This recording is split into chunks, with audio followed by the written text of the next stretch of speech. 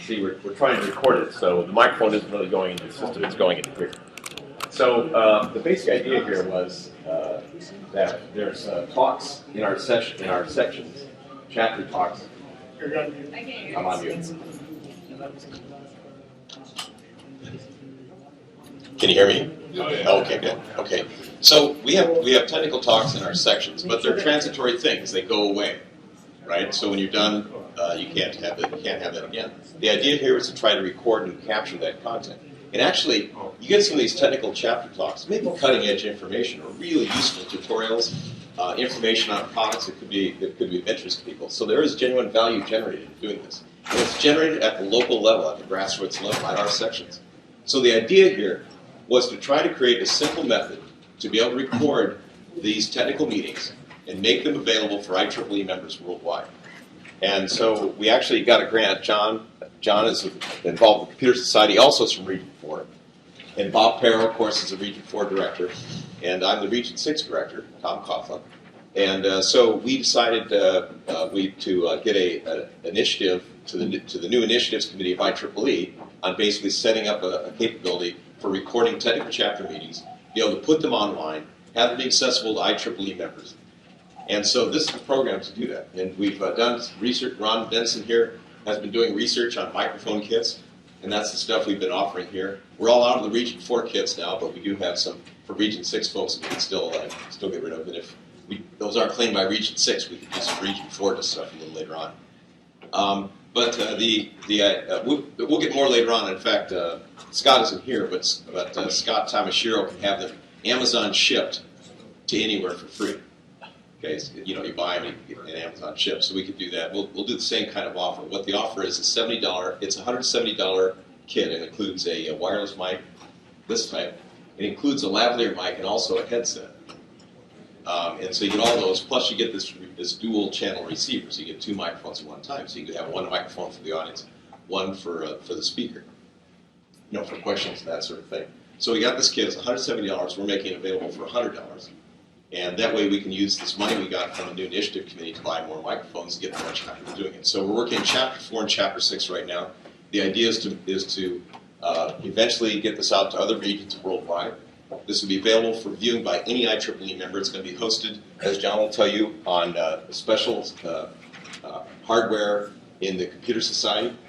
And this will allow for viewing, either downloading or viewing this content live. Okay. And it could be used, for instance, if you're in a remote area, you could have this be your technical chapter meeting. Somebody else's recorded technical chapter could be also your technical chapter meeting. So it's a useful way to get very, very high-level content. You'll be able to do searches on the abstract, on the speaker, any word in the abstract, on the speaker. You'll be able to do comments on whether it's good stuff. You'll be able to share links with other people. And IEEE members will be able to get this content for free. We'd like to have it so we can set up a storefront so non-members could either join IEEE or they could buy a copy of that piece of content for $4.99 or $9.99, something like that. So it's creating a real value for IEEE members, and it's value and content created at the grassroots level, created by volunteers. Our goal is to create the simplest system as we can to do it. This Camtasia recording records the PowerPoint and voice of the speaker, plus with the wireless mic, handheld mic like I've got here, you can go out and get questions from the audience, have that be part of the recording. So that's the plan. That's what we're trying to do here. We want to get people doing this. There's a learning curve in here. This is part of the training. We want you to learn how to do this so that you can train your section chapter chairs to be able to do this and have this be spread out with as many sections as possible. Sometimes, you'll run into problems. All of us have already run into problems here. Like Joe, I've worked with him. He's the Santa Clara Valley at the Consumer Electronics Society chapter. But, it can work. We can get good, valuable content on there, and I think that we can teach each other and create something of real value coming from the grassroots, coming from the volunteers. So that's my pitch. Thank you, Tom. Thanks. Put this here. Tom's going to be our Q&A guy.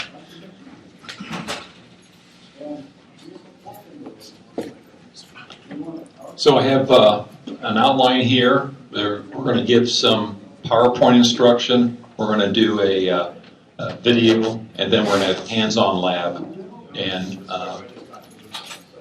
Zoom from San Diego section had an emergency. He couldn't be here today. So he's putting together a team that if you ever have trouble with the audio or the video, that they have a first video editing capability.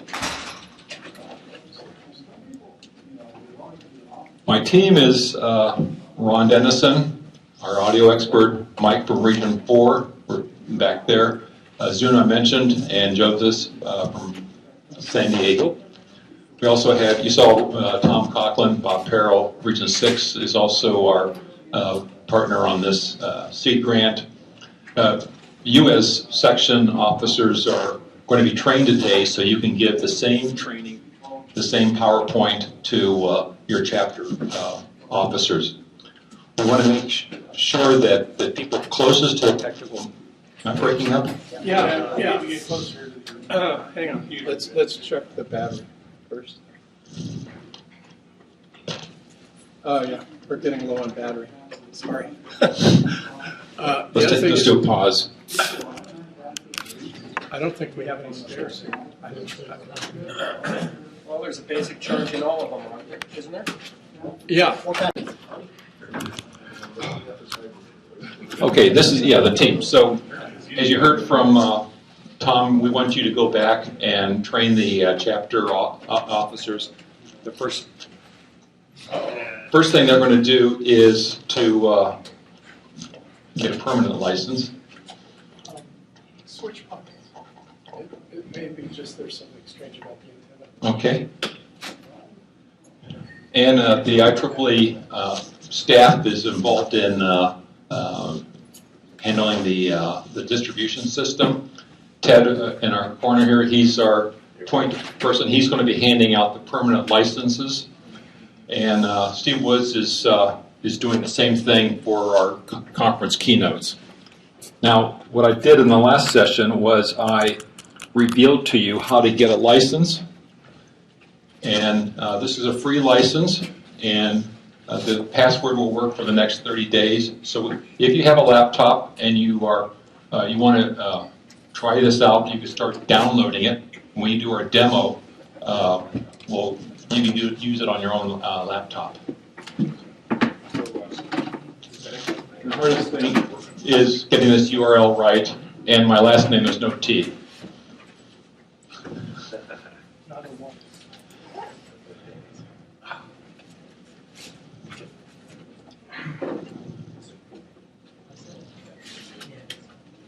So that the same laptop you use for your chapter officer to run this through, you can use the same my license. But we want to empower the lowest level officer to that's connected with your technical meetings to feel comfortable on using this software. Is this a one license per microphone? Or is this No, this is multiple. You can put it on multiple computers. Like the first session, we must have put it on 30 computers. I noticed it only runs an OS X version 10.8 or later. So. Oh, another reason to upgrade. Everybody get the URL? So that's to get the license or to use the software? That's when you get that web page, you have a choice of downloading the PC version or the Mac version. If you have an Android phone, you can use, there's another version, and an iPhone. So that gets you to the download. Right. And then you'll put in the same John Walz Relay 123, I'm sure. We can create our own credentials. Pardon? We can create our own login ID. When you get your, at the chapter level, get your license, Ted will be, it's an automatic process. You'll get something, you can change the password, but I think it's always your first and last name.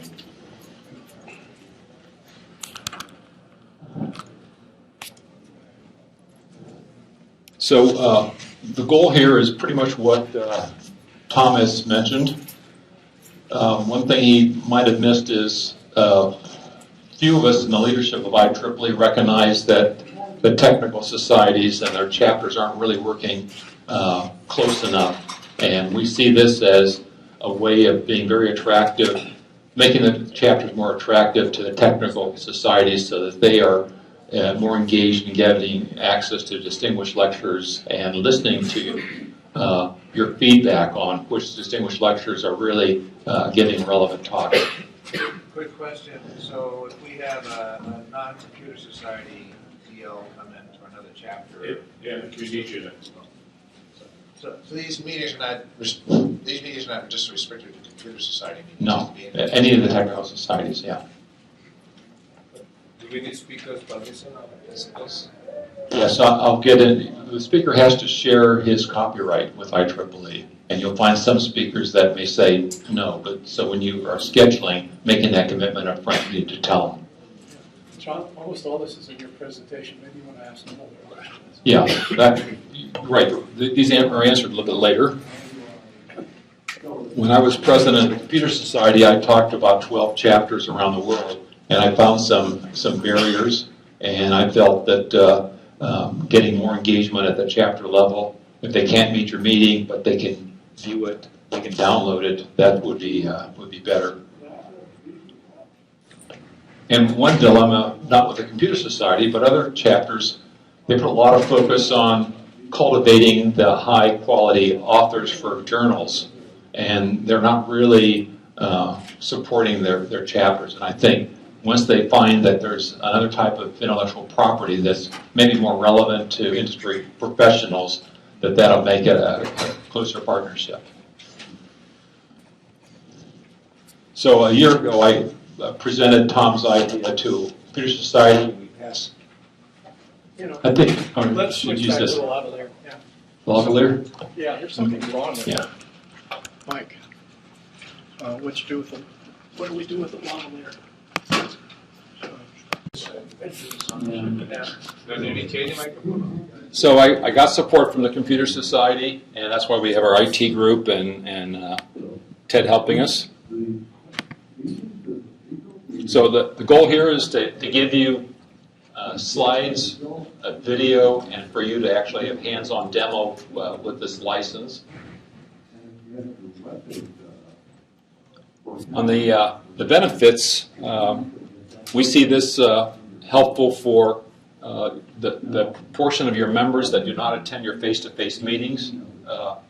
In previous sessions, we've heard that 10% of your members might be attending your technical meetings, and anything to do to get that up is good. We think that, as I mentioned earlier, this type of technology is attractive to industry professionals. I heard a story last night that sometimes a small company will have something they want to patent, but they have to get it published. And by the time you run through peer review of some journal, it might take 6 months. But if they had confidence that IEEE was going to save this video forever to be used possibly in a patent infringement years later, they could come to your meeting and say, here's their greatest idea and it's patent pending, and that would be helpful for that small segment of your audience that are in that type of position of the development curve. It's a chance for another measure of vitality. Right now you have the L31 for people that show up. Maybe in the future we can use the number of downloads for your technical meetings to show another view of vitality. And with the feedback, we're hoping to put a social media context in here so you can find out, besides the number of downloads, what people think, ad hoc comments, and that'll help you find a better fit of lecturers for your technical meetings than you've used before.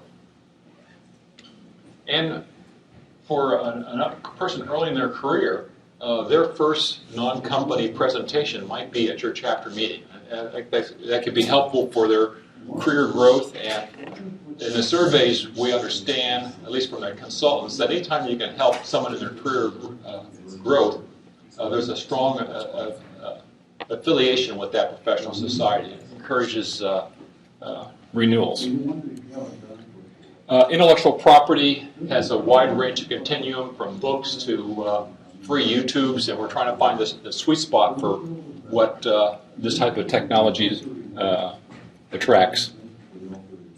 So I have a couple most here for the chapter, the section. The people that missed that meeting, they can view it within a week, or probably most likely the next day. The technical societies will which have a global footprint, you might say, can offer that same technical talk around the world. it's a rich IP offering. We're going to, besides having this video file, we're going to have the abstract of the speaker, his bio, his technical keywords for searching, and hopefully, if on occasion they're willing to give you the PDF slides. There's only half of IEEE members belong to technical society, and all of us are in technology, and we all have needs for continuing education, and this might be one way that benefits, you get a benefit from their IEEE membership. And then, of course, the non-members, which a large portion of your technical meetings have non-IEEE members. They can be consumers of our store of this intellectual property, and they'll realize the advantages of joining IEEE and the associated society. I think this is an extra slide. It's been redundant. So getting down to the technology,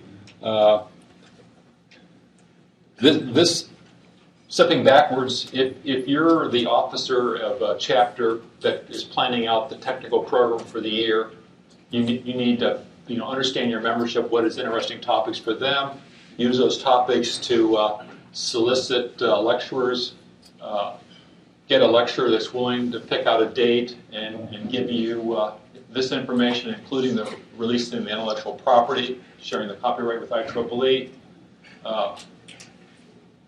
commit to a date, get the thing signed, have your announcement for the technical meeting, have the technical meeting, and then afterwards, that night or the next day, review what's been done, trimming the beginning and the ending of the presentation, and making a submission to have the encoding done.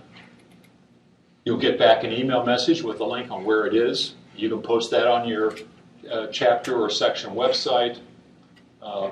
You may find that there's a flaw in the editing, like we just took 2 breaks here. The editing software with this package doesn't allow me to say stop and cut out those.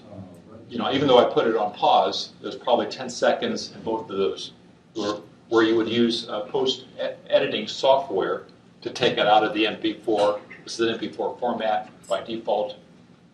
And then we have, as I mentioned, we're going to put this on the web and have social networking, get the viewers, the people buying this, getting their opinions. So that's the big timeline. Now I'm going to jump in to the technical meeting itself. And so basically, for those who are downloading the software, it's on your laptop. You can put it on the presenter's laptop. If a presenter doesn't want it, if he's got like a government laptop, but you can't install software, you can run this off a thumb drive. You just need to have a gigabyte for an hour's worth of video. We're keeping this, there's some very efficient cloud providers that allows us to be streamed at a pretty good rate. For those who take long airplane flights, you want to download it to your laptop and watch it without internet. And then we have a variety of formats that this can fit on. And I've already seen it fit on the Android tablet. We did that in the first session. So a little more detail. One license can handle many computers. This is on with what we paid for is the lowest price license to run on our servers. And in the future, if we get hundreds of these done a day, you might see a long delay time for the encoding. In that case, we need your feedback so we can upgrade that license to 3 times the capability or 7 times or even higher. And what we're going to be, the license I gave to you, put it on screencast.com. Later on, we'll move it to another provider. But it'll be behind, you might say, the IEEE login. We want to give this away free to members. And for those that want to pay for it, non-members, we will give them to a store. Quick question. The PowerPoint thing is not a gigabyte, but the processed video is a gigabyte. Right. Okay. Do you have any idea how the original file, how big the original files are? No. Okay. I did an hour-long test at a Chicago chapter meeting. It was like 1.5 gigabytes for 90 minutes, and then I used the more expensive version, a single license, and then it crunched it down with an MP4 down to like 3/4 of a gigabyte. So that's all behind the scenes. So now Ron's going to come up and explain the art of audio connections. You may have that. I need to show people all the problems that we can generate. And by the way, I still don't quite understand why that mic was cutting out, so we'll have to do some troubleshooting later. Okay, let's go. Okay, so what's in the box is basically this unit right here. We're actually using one as we speak to act as a wireless microphone. Typically, for small venues, you don't require house audio. In other words, 20, 30 people, most speakers are quite audible. You don't need house audio, but we do want to record it. So that's why we need the microphone input. Now, you could use a wired microphone into Camtasia. There's no problem with that. But everybody was concerned about that because of the tendency of speakers to walk around, gesture, change their head position. Any fixed microphone, such as this, has a problem that as soon as the person moves away from it a little bit too far or turns their head to use to look at the slide or to use a laser pointer, suddenly they go away. All right? So you are saying the whole thing in the box is $100? Yes. Yeah. What's in the box is $100. Plus, there's the batteries for it and a cable, which we'll get into in a minute. So You're breaking up. I'm breaking up again? Okay. Put it in your pocket. Your body is between the transceiver and the... Right, yeah. Which is why it's usually good to put it out in this direction. I have a question. Could Yep. your cell phone be interfering with the band of the microphone? Unlikely. If we run into problems where they interfere. Yeah, basically, though, this is using the UHF spectrum. And a little bit about that. There's a spectrum auction that's going to happen here, is happening. And we're basically using the spectrum for the various UHF stations. So one of the things is that there's 200 channels here. You have to pick a channel that's not used by a UHF station in your area. Okay? And it uses portions of that spectrum which are sort of more adjacent to the main UHF channel, but you still have to test it out ahead of time and choose the right channel. What frequency range? Offhand, I don't recall. I have to look it up. This is, yes. In case of issues, you can always use fixed microphone, right? Yes, in case of issues, you can always use a fixed microphone. There's some issues with that. I'm going to talk about microphones, okay? So basically what you do, you take it out of the box, you put the antennas on, you put the power cord in, and then you hook it up however you will, and we'll talk about that. To start with, I'm going to say that we recommend this mic, and I'll get more into that later. Okay, connection to the PC and the mixer. Fundamentally, there's two ways to connect things in audio. Okay, one is with a unbalanced circuit, which is basically a tip and sleeve connection, and the other is with a balanced, which uses typically the XLR connector or the tip ring sleeve connector. Okay, that looks like a stereo connector. It is not. Okay, in fact, if you put that into a stereo input, you will get something very garbled out of it. The technology is very straightforward. This is an impedance match line. Therefore, when you subtract the two, when you add the two at the end, the noise is canceled out. The use of balanced cables is really only required with either very long cable runs or cable runs where you're running AC power in the same run. That means for all practical purposes, we do not need to use balanced cables. Okay? And it turns out that the cable that comes with the unit is an unbalanced cable. And what happens is it actually combines the two microphones into a single mixed output, which you can then take wherever you want.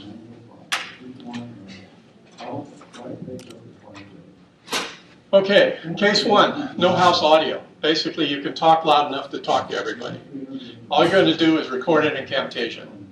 Very simple.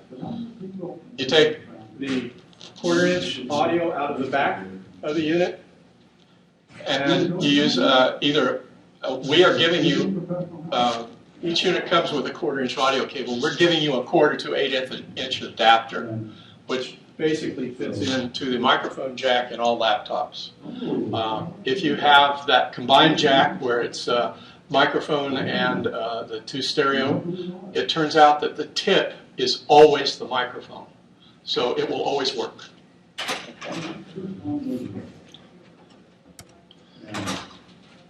Case two, using house audio with access to the mixer. This is the best case. And what happens is, fundamentally, you can hook up to a laptop in a variety of ways. One that we suggest is using essentially the prior arrangement and then using the two XLR outputs to go to the mixer. Then you have to buy some XLR cables. There are other ways to do it. For example, you can get this right here, which is the Y cable. It basically takes the single output from the box and creates two outputs out of it. Most mixers, if you look at this, have regular 1/4-inch inputs as well as the XLR inputs. Also, you can buy the 1/4 to XLR lines. We have all different kinds of cables that can be used. You can even get 1/4-inch to USB if you want to use the USB input instead of the microphone input. There's a whole variety of ways you can do it. But the thing to understand is that the best way is to have access to the mixer and then split the output of the mixer. One side going to the house audio and the other side going to the laptop with a Camtasia on it. At that point, if you want to if you want to be really professional, then you run the presenting PC from the back of the room where the mixer is, and you let the speaker use the slide advance retard mechanism.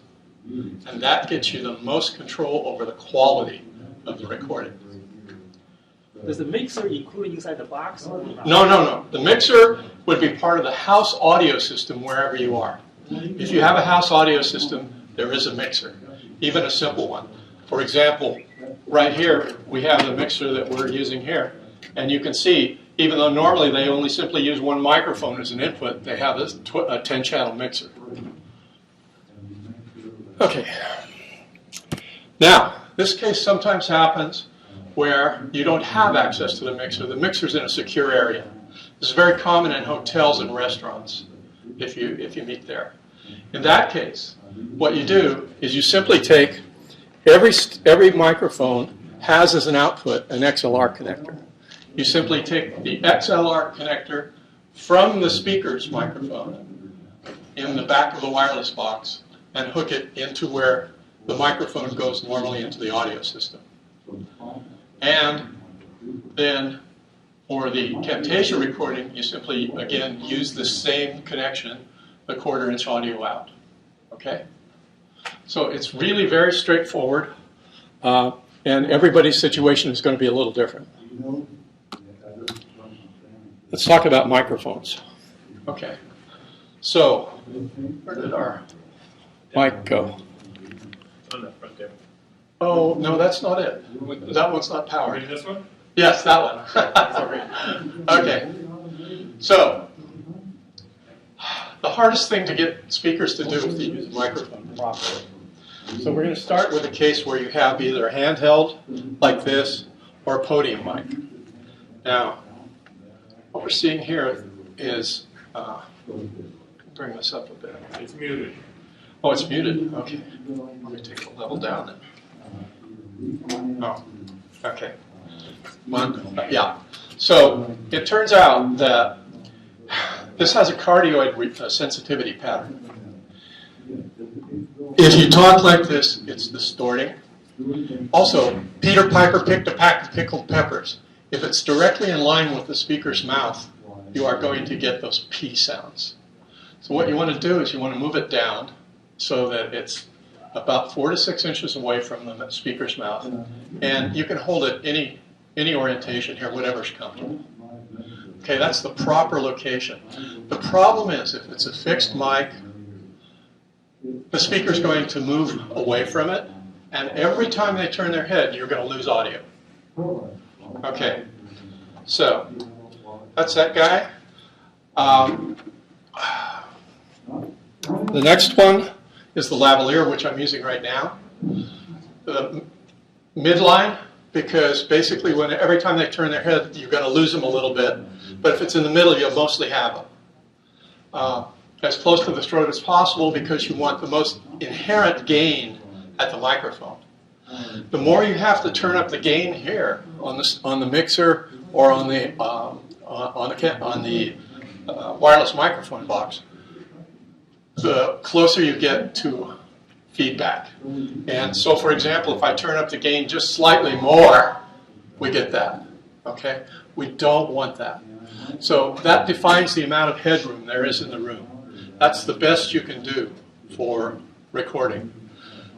The reason that gain is important in recording is that if the level is set too low and you're making up with it, what you'll bring up is all the extraneous sounds. Coughing, speaking next door, people rattling papers, whatever else there is going on. That's going to come up too, and it makes the recording not very intelligible. If, on the other hand, you're too high, then you get overmodulation and it's hard to understand speech as well. Okay? It's that simple. Last one, the one we recommend and the one that seems to be giving us trouble here, is the headset. Okay? The right position is the corner of the mouth. If you put it in front of the mouth, you have the same problem that you do if somebody's trying to handhold one of these things. When you do that, this microphone is not a dynamic microphone. See what happens? It cuts out. The reason it cuts out is it's overmodulating and it basically stops for a moment so as everything comes back, tries to get back to normal. The other thing that you get, and again, you should never handhold one of these mics because you hear all the noise in the background. That's just because I'm moving it.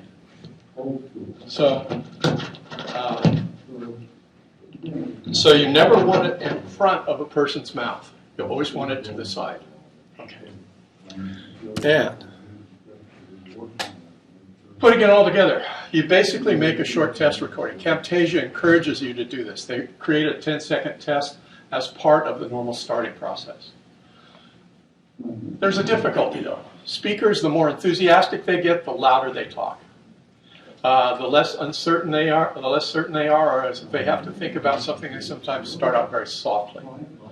So the ideal thing is to manage it from the mixer and take the output to Camtasia from the mixer. That way you can continually adjust for the speaker's changing in level of enthusiasm. Okay. Check the level and the clarity in the recording. If it's okay, just go ahead. I should point out that there are 5 volume or gain controls in the circuit. There are typically 2 on the mixer, the individual and the group. There are 2 on your laptop. There's the system one and the Camtasia one. And then, of course, there's 1 on the wireless receiver itself. Okay. Always adjust the gains to be about 2/3 to 3/4 of the way up. If you go all the way, you get into the nonlinear portion of most of the amplifiers and you'll see distortion. Okay? There is a troubleshooting 2 pages in the Camtasia manual. I have a white paper which will be distributed with this that explains everything I just said and a lot more. And those 2 pages are part of the white paper. All right?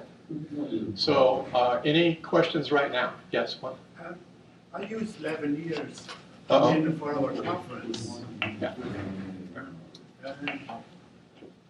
We bought various types of lavaliers, and we had always had problems with the lavaliers. So would you recommend what type of lavalier we should buy? Well, if it is... I do this semi-professionally. And we've used, for large conferences, we've used, typically used Shure equipment, and I don't like it. Actually, these work better than the Shure stuff for us.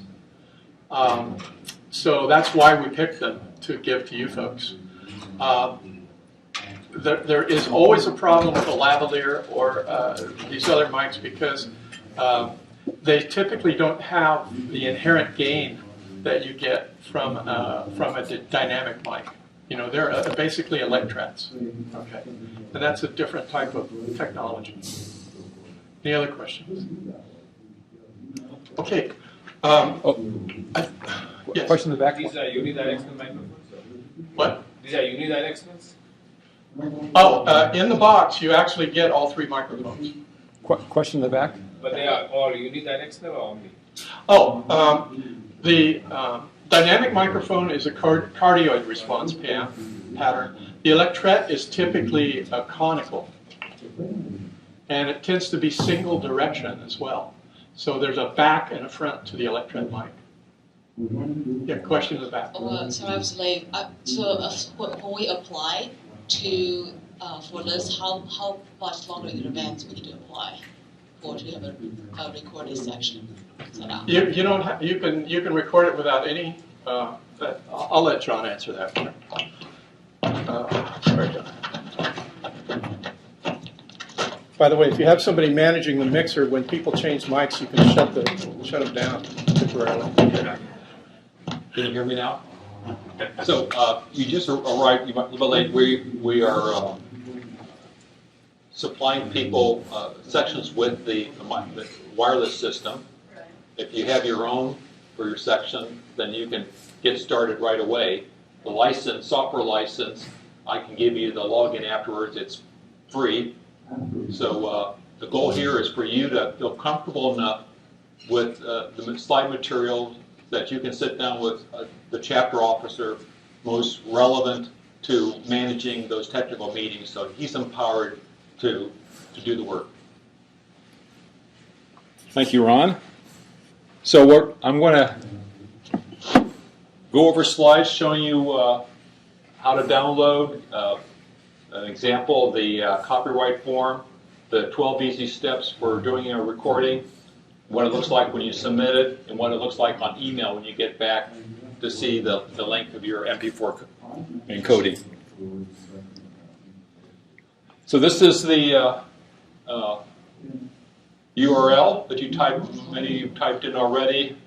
This is John Walz's license, and this is your Relay 123 password to get the thing running. When you to download, you have at least two choices. One for the Mac, one for the PC. In the previous session, people used both the iOS and the Android applications.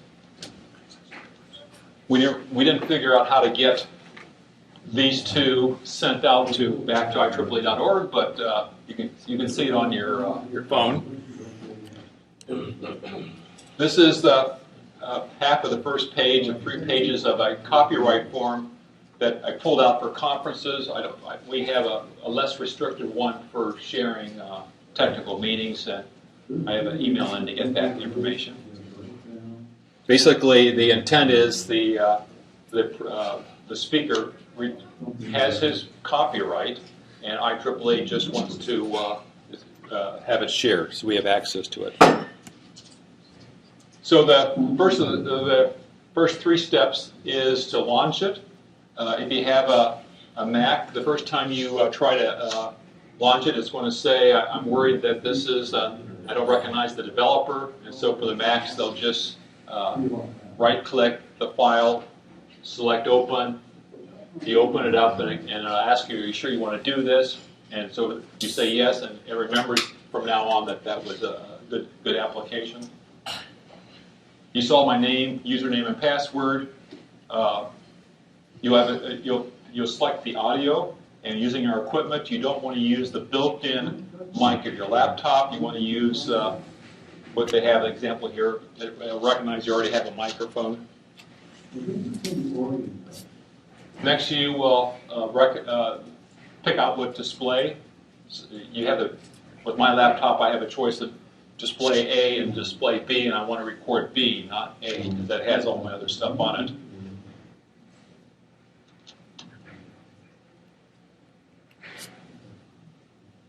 You also have a camera, a built-in camera on most of your laptops. You have a choice of using that or not.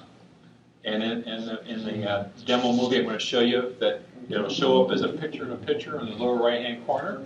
And if your presentation is not crowded, that might be useful for you to have your picture there. But like right now, I'm over here away from my webcam. And then, because we're all sharing John Walz's license, in your title, you can put your last name. I will look up your email address, and when I get the encoding, I'll send you the message so you can get access to your encoding. But normally, the chapter officer who's got their own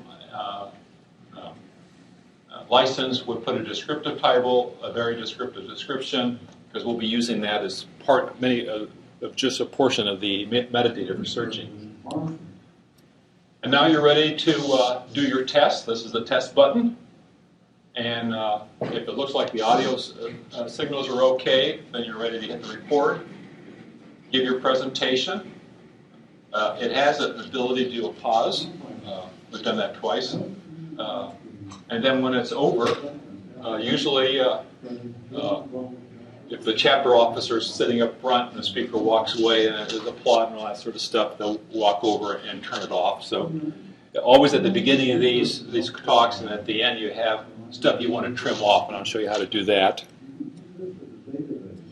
So this is the trimming part. This is the dead stuff that you don't want to. You're going to trim off at the end and the beginning. And these are the indicators of what you're trimming. If you reverse these two and you see a whole bar of red, then that means if you execute on that, you will get rid of everything. And before I'll give you a couple more slides on what to look for on that.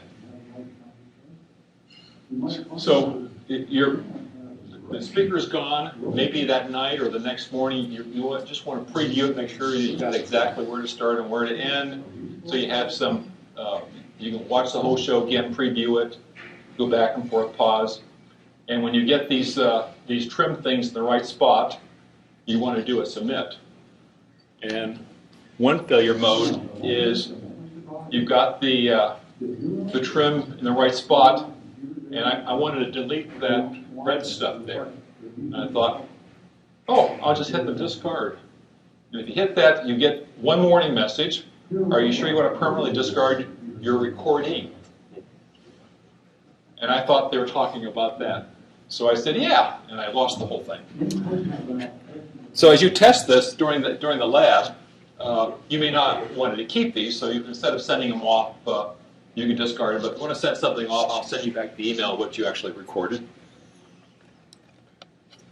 So the uploading has this dialog box. It says if you're offline, your presentation is now stored in your computer. It'll be automatically begin to upload the next time your computer's online. And the video I'm going to show you contradicts that. They say that you need to be online to do recording, but I think it's only online to make sure you have the right license. But we'll look into that. So here's the email message that we have with our license, and we've been using this for our conference keynote recordings. The chapter recordings that we're doing, we want to have a little bit more metadata besides just the title, the description, and that's a work in progress, but that's what we have right now. This is the link. You click it, you can look at it in your browser. It's in your browser. You can do a right-click, save as video file. You've got an MP4 file. You can take that URL, put it on your section page, web page, or chapter web page. And right now we're using Screencast. That's a storage area that TechSmith has. So I have here a demo that I recorded this morning, so we'll go to run it in real time, not have to download it. Can be used to easily capture what's on your computer screen. In this tutorial, we'll highlight key pieces of the interface so you can successfully create and submit your first recording. Before we get started, choose whether you want a tour of the Mac or Windows interface. That's the Windows. Alright, let's get started. This is your audio input level. It's a visual indication of your audio levels and can help you get a feel for how your audio will sound. Ideally, your levels should stay within the green area, as the levels in the red often result in poor quality audio. The auto adjust feature is enabled by default to help you out with this. But you can click the button to toggle it off or on as needed. If you have multiple audio devices available, you can click the audio tab near the top and select the one you want to use. Another thing you'll see is the recording preview.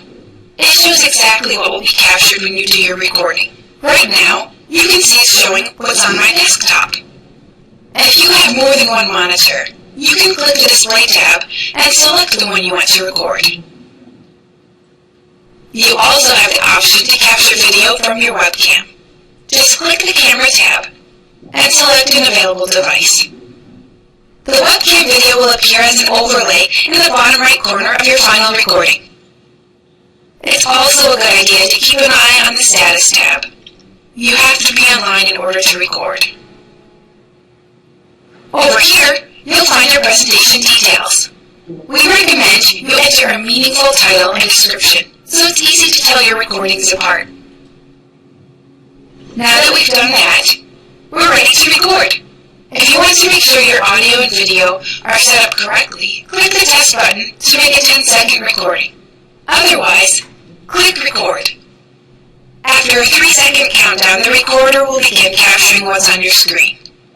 When you're finished, stop the recording from the taskbar below.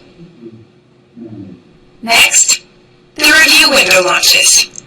To preview your recording, click the play button. If you need to cut content off of the beginning or the end, click the trimming button and select where you want the presentation to start and where you want it to end.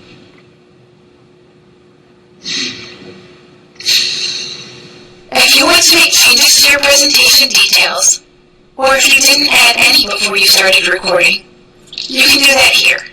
When you're ready to send your presentation to TechSmith Relay, click Submit.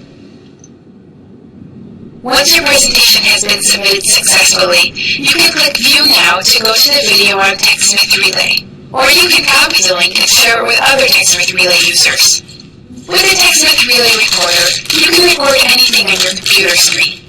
What if what you want to record isn't happening on screen? Be sure to watch our tutorial about using TechSmith Views to capture real-world content with your mobile device.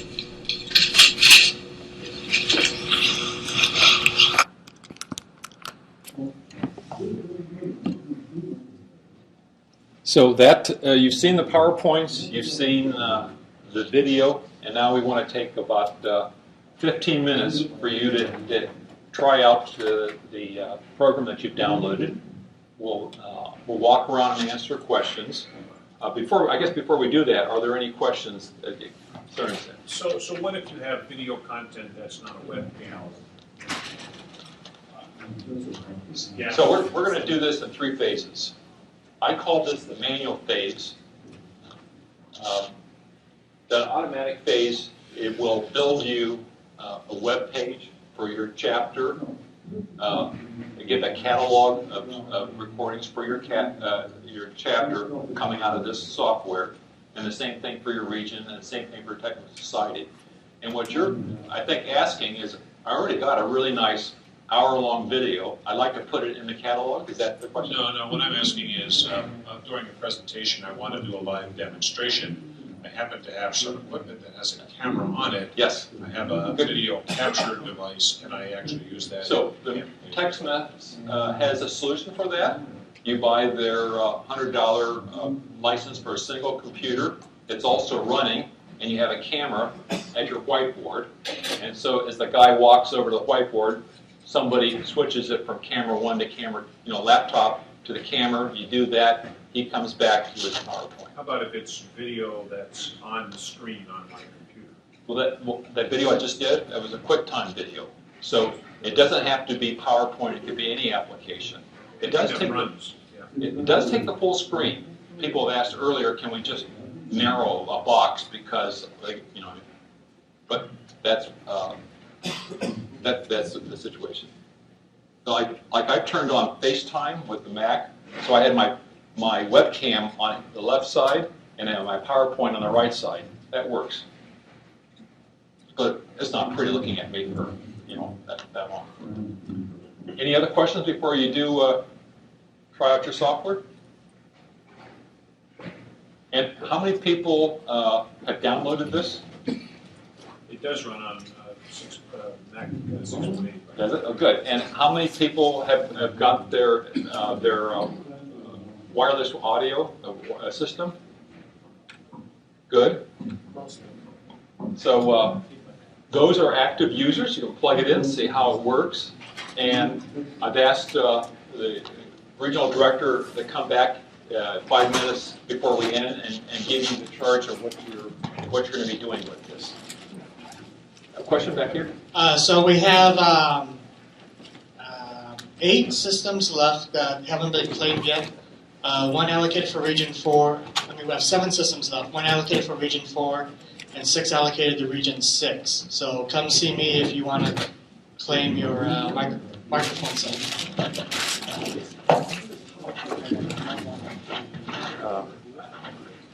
There should be a power strip. Speak correctly into the mic. How now, brown cow?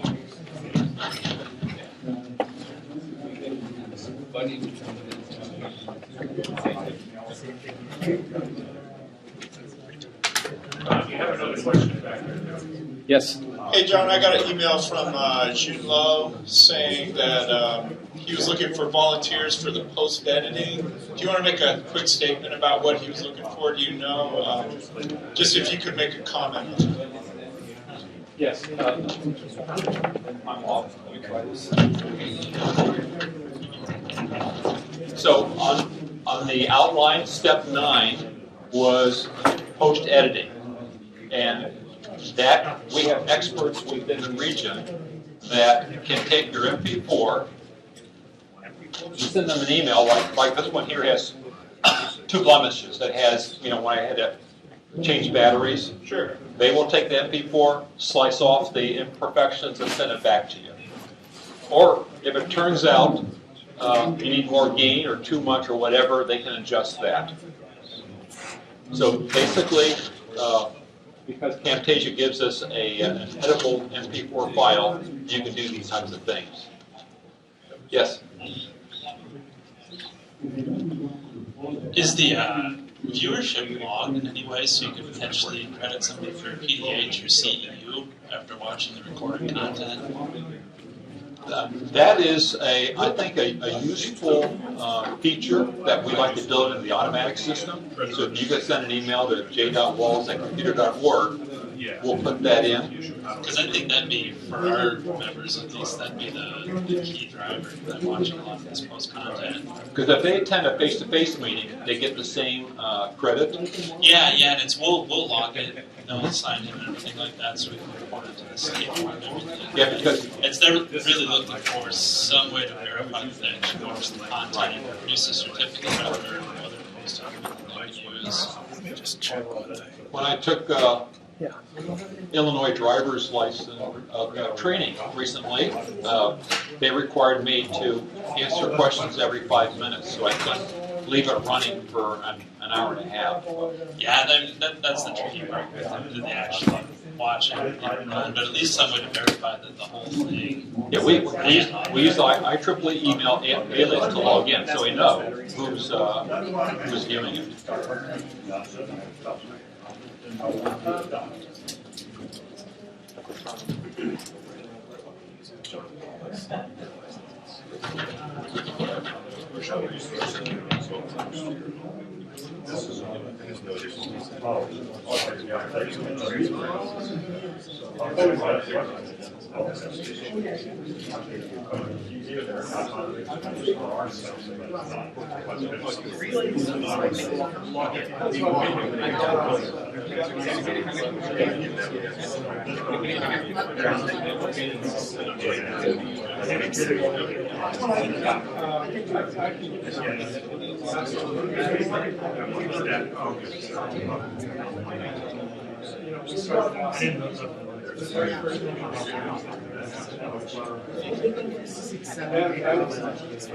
Yeah, mixer I showed there was our first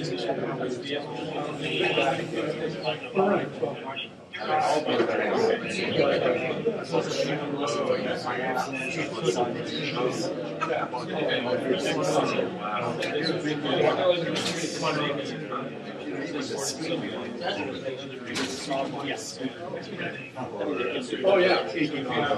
Yeah, you can. Yeah, actually, it's not the only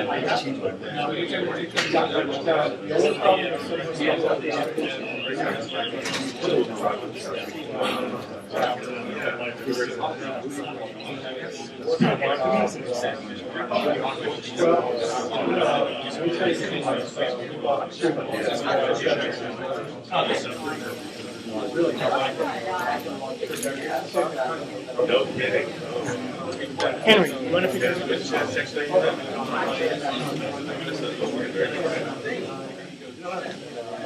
Oh, I see. Oh, okay. Yeah. Oh, yes. Yeah, we did.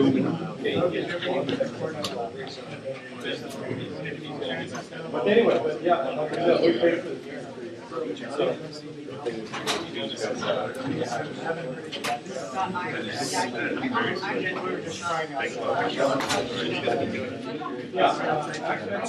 This is invitation for the Black Tech presentation tomorrow. Yeah. Well, she'll come right over and things. How you doing? Okay, good. About 5 minutes. Yeah, we didn't do it last time. We're kind of busy distributing stuff.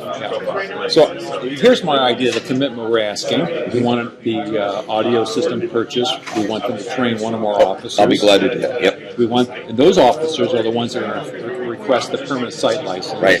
And then we want, they'll download it on their chapters and speakers' laptops. These guys it's really a commitment of these officers to manage the chapter recordings. Because when you send these out, you may say, well, this is a dud. Yeah, you might want to self-edit. They have their own, and then we want the chapters to publicize these. Right, exactly. While we're in the manual phase. When we get the automatic phase, it'll be a lot easier. It will be a lot easier, yeah. And then at lunch, I agreed to set up a discussion group with the 30 people that purchased your system. Excellent. And we'll have a Q&A, and we'll have artifacts to share and things like that. Great. That's good. And then that's on the private side. On the public side, we'll have a place for people to learn more about it. Great. And all that sort of stuff. Okay, well, let me know when you're ready. I'll be glad to do that. And maybe help and get up. Justine's back. Nice to meet you. Just Christine? Justine with a J. Justine. I have an older sister that's Christine, so I kind of respond to Mom both. likes both. So she wants to know how to get a download on her system and then how she'd be able to run it. So we need a password and all that Good. stuff. So let me show you. We want your browser set up for that. You can rest it right here. So are you Region 6 or 4 or staff? I am staff. Oh, good. Working on IEEE Collaborative. So John Day and I are doing the presentation tomorrow. I've been on the user testing since April. And how's that been going for you? It started off, it was negative, and at the end, I'm positive. Good. So where'd it go? It said something about it was. Oh, capital relay. Why do they put capital letters in the URL? The connection is not private. That's okay. Yeah, not advanced. Because I hit back to safety last time. They don't have a procedure. Yeah, the computer society has got this, and I know it's not safe. This is Chrome? Correct.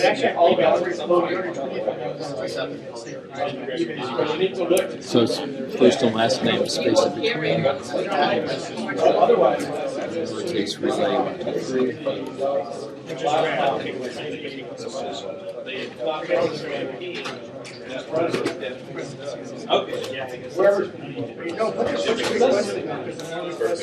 It's thinking.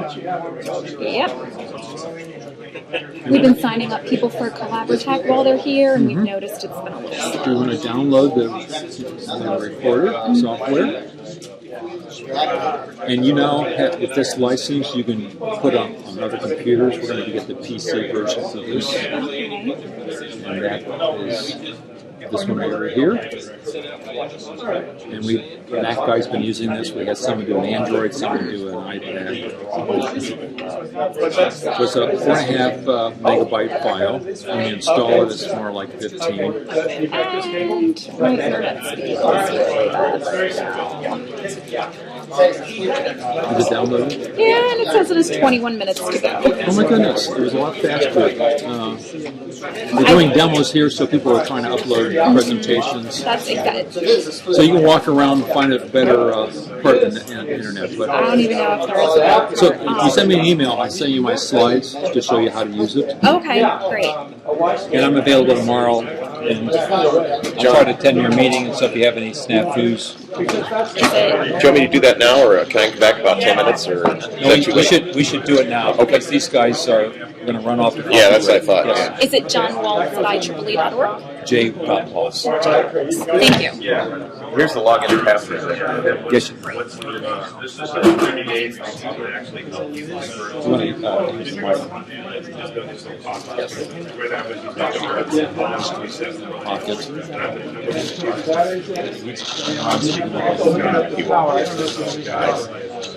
I guess I need your email to be able to send. Pardon? I guess I need your email to be able to send you either J.Walz at IEEE at computer.org. at computer.org. Okay. Let's see. You can hear me. Yeah. So just to remind you, what we're asking, the commitment for the section leaders who are here is, get yourself the microphones. Like what we've got here, or if you have something else you want to get. We've tested this. This one seems to work pretty well. If you didn't get a chance to get it here, we can get them through Amazon. They do free shipping. So no. eBay is free shipping. Oh, eBay is free. We get it through eBay at free shipping. Okay, so that's a possibility of doing that. We're also, at least for Region 6, and maybe Region 4 wants to do something like this, we're thinking of buying a bunch of these for the area meetings and doing some kind of training, some set of training, or at least have the capability there. So, suggest you get an audio purchase. Your responsibility would be to help train chapter officers, other people in your section, your chapters, how to do this stuff, pass the knowledge along so we can get more chapters recording this stuff, get more hardware, software, and the knowledge of how to use them.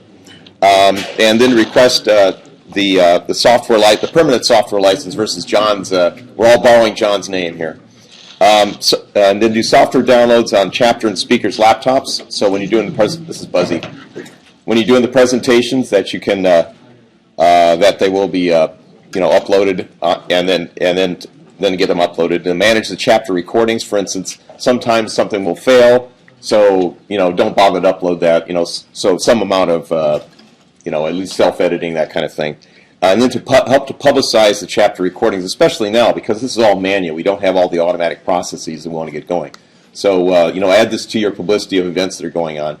And John, it's going to be IEEE accessible, right? So you have to put in your membership thing. So it'd be the link we'd be publicizing the link to where the content is, which is accessible for free to IEEE members. Yes? Just a question, just to make sure I understand the licensing stuff. So if I have 5 officers that all could, or a technical person and 3 officers, I can all record, they can all get the license and put it on their laptop. They can all get Camtasia Relay, correct? Okay. Yeah. Multiple computers. Multiple computers, Yeah. and then so then they just have to have one set of microphones that's taken to the talk. Or If one set will do you for your section, but if you have multiple chapters that meet pretty often, or they're geographically distant, you may need more than one. yeah, okay, and this license has to be installed in the next 30 days. Is that? This one. I don't want this free license to be out forever. So if you can make a commitment in the next 30 days to do your first training, that chapter person could train another chapter person. Because I'd like to change the password. Yeah, so you'll leave us up for like 30 days? Yeah. Okay. I'll send you all an email. Hey, have you done your train the chapter person? Very good, and tell them how to change it. Yeah.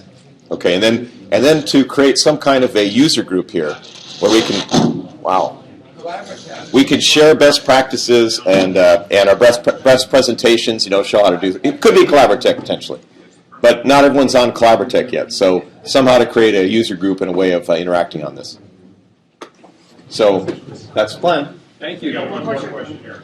Oh, sure. So I'm wondering for once we publicize those recordings, what's the current plan for putting the tag on metadata so when people do the search from other sections, for example, they could find information better?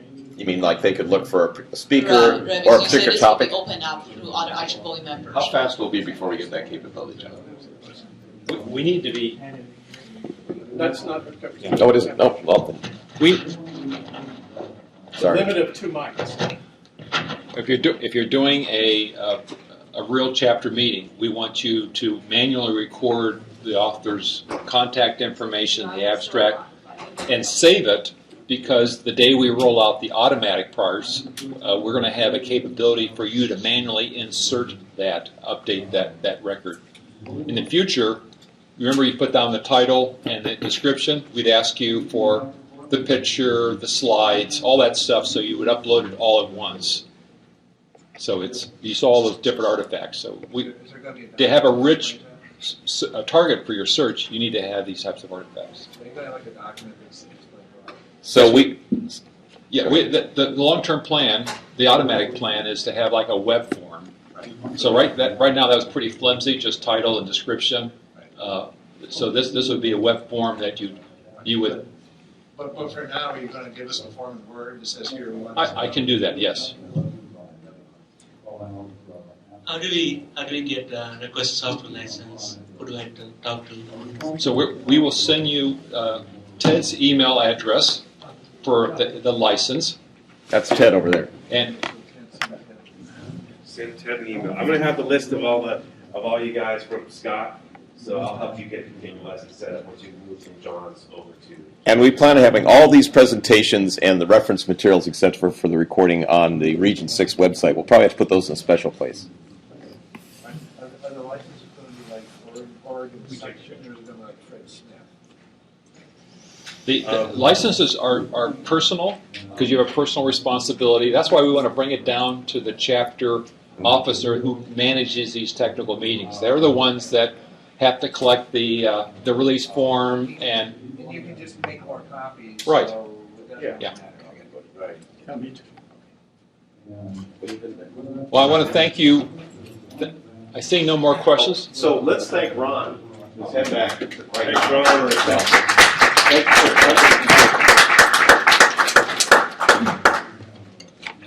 So is there anyone that needs one? Because apparently I'm supposed to talk at 2:45. That's great. How many do we have left? We have Let me turn this off. 5 more to claim from Region 6.